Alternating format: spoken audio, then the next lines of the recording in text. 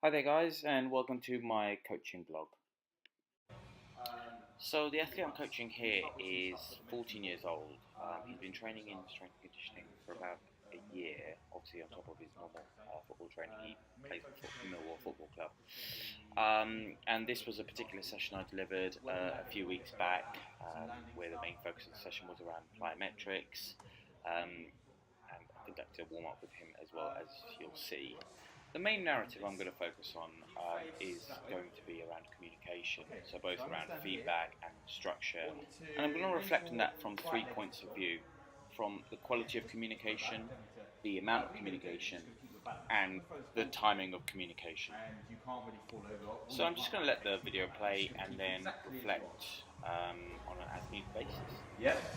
Nice.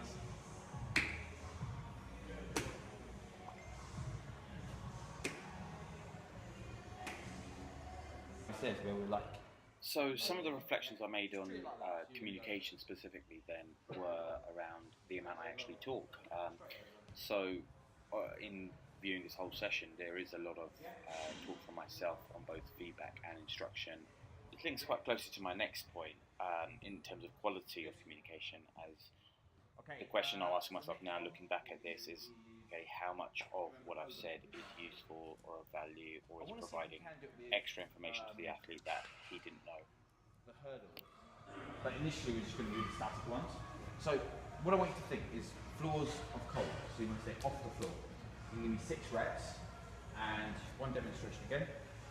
Hands on hips, and literally want you to stay off the floor as long as possible.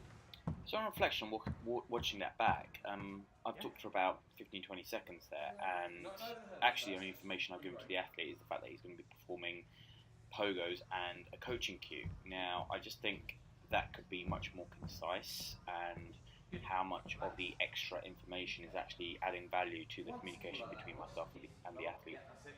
So as you can see there, I've actually provided some feedback during while he's performing the exercise. Now, again, a question I would be sort of asking myself on looking at this is, how much of that can he actually process? Is that useful to him while he's doing the exercise, or would it have been better to wait till he's performed the exercise and then giving him that feedback?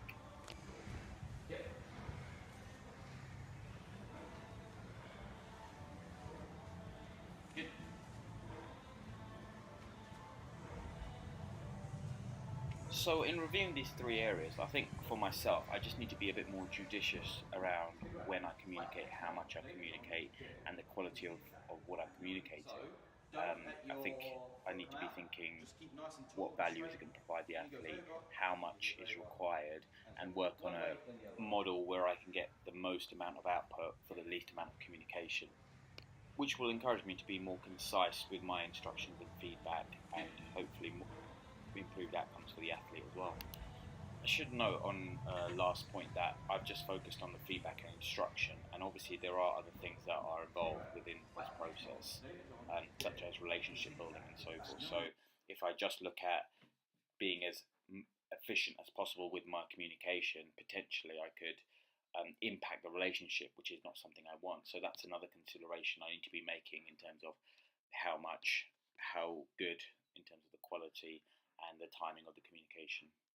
And finally, there's also a last set of constraints, which is the specific situation obviously will dictate the type of communication you use in terms of timing, amount, quality. If it's a group situation, it may be different. If you're dealing with certain type of athlete, it might be different. If you're dealing with younger athletes compared to older athletes, you might have to talk more, and so forth. And older athletes, you might not talk at all during the session, or very little. But again, there's a lot of complex dynamics that interact with one another in terms of the communication and the environment and the exercise and what you're trying to get them to do and what your particular goal is for that session.